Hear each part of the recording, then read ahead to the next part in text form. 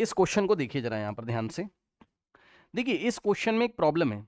Problem ये उसने बोला है कि a small mass carrying some positive charge on it is release from the edge of the table, है ना। ये देखिए ये आपका एक टेबल का एज है।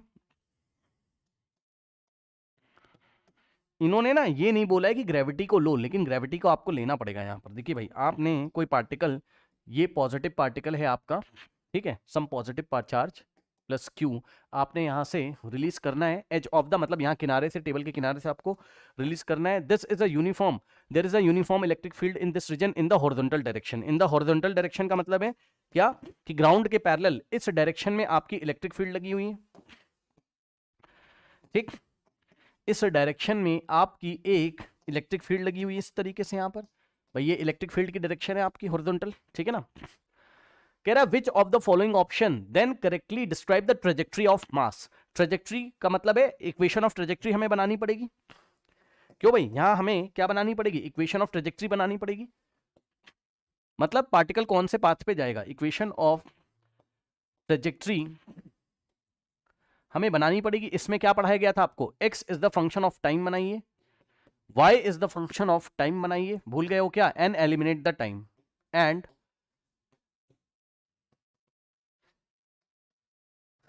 And eliminate the time.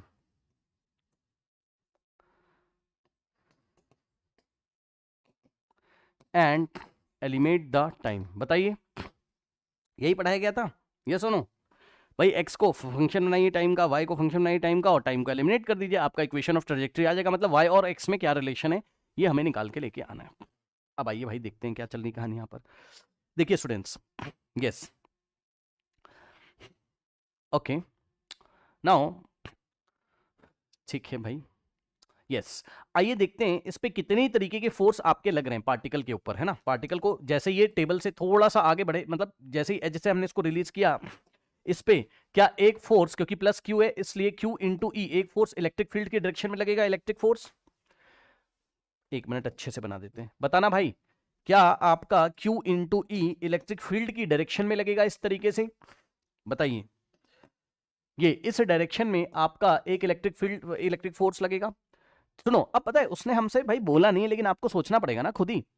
अगर आप वेट नहीं लोगे, अगर आप वेट नहीं लोगे तब तो ये स्ट्रेट लाइन में चलता चला जाएगा, ये इस तरीके से स्ट्रेट लाइन में आपका चलता चला जाएगा। मतलब आपको, रुक जाओ मैं क्वेश्चन एक बार पढ़ लेता हूं। ग्रेविटी लेने के लिए नहीं बोला है, लेकिन आपको लेना ही पड़ेगा भाई, है ना, समझिए जरा, आपको लेना ही पड़ेगा इसमें। यस, क्योंकि देखिए आप भाई अगर आपने टेबल पे कहीं पे रखा है तो इन रियल सिनेरियो, लैब में मेरे पास कोई टेबल है, मान लीजिए लैब में मेरे पास कोई टेबल है, अभी बड़ा खास क्वेश्चन है, आपको प्रोजेक्टाइल लग रहा होगा, पैराबोला पे टिक कर दो, गलत हो जाएगा। जब तक इक्वेशन निकाल ना लीजिए तब तक भरोसा मत करिएगा, एक बात बता दे रहा हूं। लग रहा है आप भूल गए हो, आओ मैं आपको अभी, चलो आंसर निकालूंगा तब बताऊंगा, रुक जाओ, अभी आंसर निकालूंगा तब बताऊंगा, रुक जाओ। आप फील नहीं कर पा रहे हो मेरी बात भैया। देखो क्लास 11th में कहानी कुछ और थी।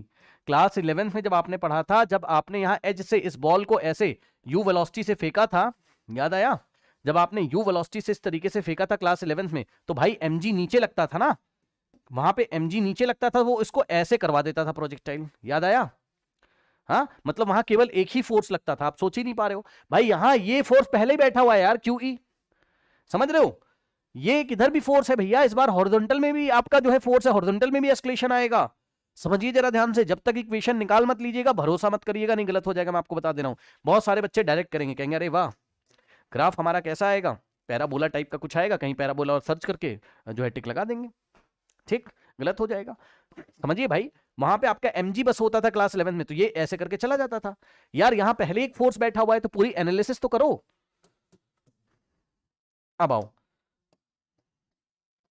एक तो ये लगा हुआ है, एक वेट भी तो लगा हुआ है भाई, मास भी तो दिया ना उसने, तो वेट भी हमें इस बार कंसीडर यहां पे करना है इस तरीके से।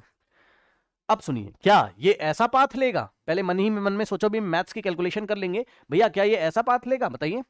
नहीं, ऐसा तो तब लेता था जब mg डाउनवर्ड होता था यार, QE भी आ गया, नहीं दिखाई पड़ा आपको हॉरिजॉन्टल में, हाँ तो वो उसको डिस्टर्ब करेगा ना, इस पाथ को डिस्टर्ब करेगा, तो पाथ आपको निकालना पड़ेगा कैसा पाथ आ रहा है। रुक जाइए, अब निकालने के लिए स्टूडेंट्स हम लोग क्या करेंगे, जरा मुझे बताइएगा।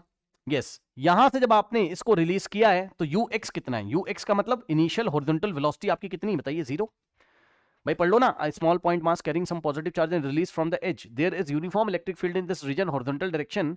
हाँ, तो ये बताइए कि आपने is release from the edge, ठीक है, रिलीज फ्रॉम द, बस रिलीज कर दिया, बस इस तरीके से, है ना, बस ऐसे रिलीज कर दिया, फोर्स ऑफ ग्रेविटी नीचे और Q इंटू ई इधर लग रहा है, कोई आपने इनिशियल वेलोसिटी नहीं दी, तो इनिशियल हॉरिजॉन्टल वेलोसिटी आपके 0, ठीक, और इनिशियल वर्टिकल वेलोसिटी आपके पास कितनी आ जाएगी बताइए, इनिशियल वर्टिकल वेलोसिटी आपके पास वो भी 0। कुछ लोग सोच ही नहीं पा रहे हैं बेचारे, अरे भाई यहां से आपने बस छोड़ दिया है ना तो आपने हॉरिजॉन्टल में कोई वेलोसिटी दी तो ux 0, ना वर्टिकल में आपने कोई दी, तो इनिशियल वर्टिकल वेलोसिटी आपके पास कितनी हो गई, 0 यहां पर हो गई। नाउ अब अगर मैं आपसे बोलूं कि इस बार क्या हॉरिजॉन्टल एस्केलेशन है, जी हां है, बोलिए। अरे भाई हॉरिजॉन्टल में अगर फोर्स है Q इंटू ई, तो हॉरिजॉन्टल में आपके पास कांस्टेंट एस्केलेशन नहीं होगा, QE, ये रहा QE, फोर्स हॉरिजॉन्टल का फोर्स अपॉन में मास m। क्लास 11 में नहीं होता था ऐसा, अभी पहली बार हुआ है जब हम इस पार्टिकल के साथ मास के साथ साथ इसके ऊपर चार्ज है और इलेक्ट्रिक फील्ड में हमने इसको रख दिया, तो भैया हॉरिजॉन्टल में भी पहली बार आपका एस्केलेशन वाला सवाल आया है, ठीक है। नाउ अब देखिए स्टूडेंट्स, ए वाई कितना हो जाएगा, आइए ए वाई का मतलब है वाई डायरेक्शन में एस्केलेशन कितना लग रहा है, एस्केलेशन ड्यू टू ग्रेविटी, वो तो चेंज नहीं होगा, वो तो अभी भी इतना है, ठीक है ना। नाउ स्टूडेंट्स अब आप क्या लगा सकते हैं यहां पर, s is equals to ut plus half at square, दोनों के लिए लगाइए जरा, देखते हैं क्या होता है।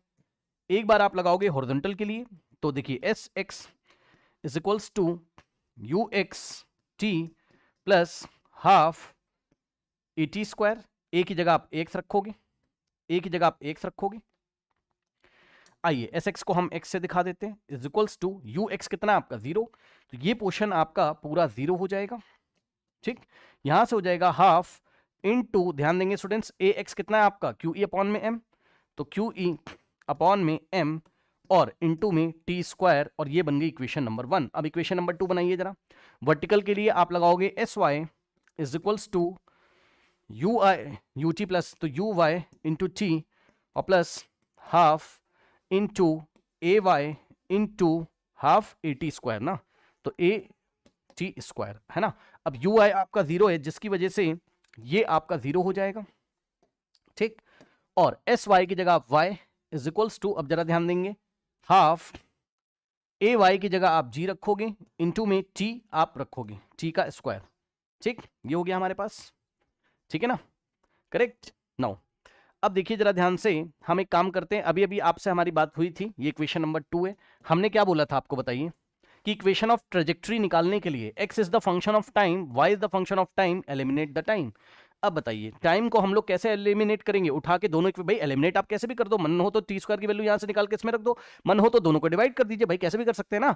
तो हम क्या करेंगे, मैं दोनों को डिवाइड करना पसंद कर रहा हूं, ठीक, तो अब मैं टाइम को एलिमिनेट करने के लिए 1 डिवाइडेड बाय 2 या 2 डिवाइडेड बाय 1 अगर मैं कर दूं, y by x, 2 divided by 1 अगर मैं कर देता हूं, ध्यान से चेक कर लीजिए, लेफ्ट हैंड साइड को लेफ्ट हैंड साइड से, y by X is equals to right hand side को राइट हैंड साइड से, तो आ जाएगा हाफ GT स्क्वायर,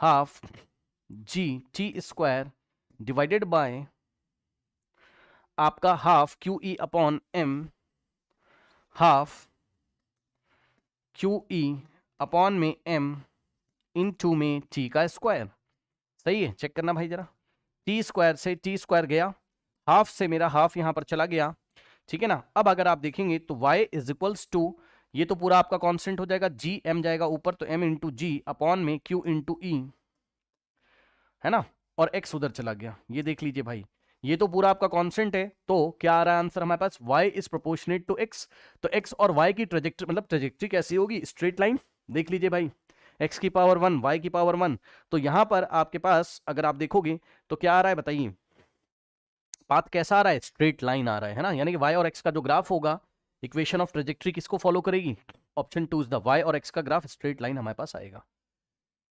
कोई डाउट है बताइए, y की पावर 1 x की पावर 1, तो ग्राफ कैसा आता है, स्ट्रेट लाइन आता है, ठीक है ना। अब आइए हम लोग फील करते हैं ऐसा हो क्यों रहा है, समझिए, क्लास 11th में जब हमारे पास ये QE नहीं होता था, केवल mg होता था, तो ये ऐसे जाता था, तो भाई mg इसको ऐसे अगर करवा रहा है, mg अगर ऐसे करवा रहा है, तो ध्यान से सुनिए, आप यहां जब ग्राउंड पे खड़े होकर देखते थे, अगर आप यहां सामने लेट के देखोगे तो QE इसको ऐसे नहीं करवाएगा, बताइए, QE इसको ऐसे नहीं करवाएगा, ऐसे सोचो, है ना, मतलब ये जो इसका पाथ था मतलब mg की वजह से अगर ये ऐसे, अगर आप वैसे लेट के देखो, मतलब फील करो, तो वो उसको ऐसे कराने की अगर कोशिश करे, ठीक है ना, समझिए जरा ध्यान से, तो ये ना इधर जाएगा ना इधर जाएगा, ये कुछ इस तरीके से स्ट्रेट लाइन पे जाएगा। मतलब समझिए, 2 फोर्स हो गए ना। अब आप फील कर सकते हो भैया, जो भी है मैथमेटिकली मैंने आपको निकाल के दिखा दिया है। अरे आ जाओ भाई, आ जाओ, एक सेकेंड। हाँ, यस, मैं आपसे ये कहना चाहता हूं बस कि इस बार जो पार्टिकल है आपका, चाहे ऐसे जाए, चाहे ऐसे जाए, चाहे ऐसे जाए, ठीक, स्लोप उसका चेंज हो सकता है, ठीक है, क्योंकि आपके पास यहाँ पर अगर आप देखोगे तो स्लोप क्या है, y is equal to m x से एम जी अपॉन में क्यू इंटू, क्यू की वैल्यू बदलते जाइए, ई की वैल्यू बदलते जाइए, मास बदलते जाइए, स्लोप आपका चेंज हो जाएगा, लेकिन वो जाएगा स्ट्रेट लाइन पे, वो जाएगा स्ट्रेट लाइन पे। कोई समस्या बताइए? तो प्रोजेक्टाइल नहीं हो रहा है आपका, स्ट्रेट लाइन मोशन हो रहा है। कोई समस्या? तो जब तक निकाल मत लीजिएगा, भरोसा मत करिएगा, ठीक है। अच्छा, अब अगर हम इसको डायरेक्ट करने की कोशिश करते हैं, तो डायरेक्ट जो बच्चा अच्छे से पढ़ता है वो समझ सकता है। डायरेक्ट पता है कैसे होता है? 1 सेकंड में कैसे, आइए भाई ये बताइए, ये वाला है आपका, इधर फोर्स कितना लग रहा है? Q इंटू ई, तो एस्केलेशन कितना आएगा बताइए? Q इंटू ई अपॉन में m, और इधर एस्केलेशन कितना है? G। अब बताओ, इनिशियल आपका जो वेलोसिटी है वो 0 है, इनिशियल वेलोसिटी आपकी कितनी है? 0 है। कुछ लोग सोच ही नहीं पा रहे हैं बेचारे। अरे, इनिशियल वेलोसिटी का हॉरिजॉन्टल कंपोनेंट 0, इनिशियल वेलोसिटी का वर्टिकल कंपोनेंट 0, तो इनिशियल वेलोसिटी 0। अगर इनिशियल वेलोसिटी आपकी 0 है भाई, तो ये बताना जरा कि इन दोनों एस्केलेशन, ये दोनों एस्केलेशन आपके 90 पे हैं, तो आपका जो एस्केलेशन है उसका रिजल्टेंट इधर आएगा? बोलिए हाँ। यहां पे नेट एस्केलेशन कितना आता है आपका? Square root of q e, vector sum कर रहा हूं, प्लस जी का स्क्वायर, इतना ही एस्केलेशन आता। बताइए नेट एस्केलेशन आता। तो ये तो कांस्टेंट है यार, चेक करो, जी कांस्टेंट है, क्यू कांस्टेंट है, ई कांस्टेंट है, एम कांस्टेंट है, तो नेट एस्केलेशन आपका कांस्टेंट आ रहा है। नेट ऑस्किलेशन आपका कांस्टेंट आ रहा है, मतलब चेंज ही नहीं होगा। तो आपको खुद ही सोच जाना चाहिए था कि भैया अगर नेट एस्केलेशन हमारा कांस्टेंट आ रहा है, तो पार्टिकल उसी कांस्टेंट एस्केलेशन से स्ट्रेट लाइन पे चलेगा, बस। ठीक,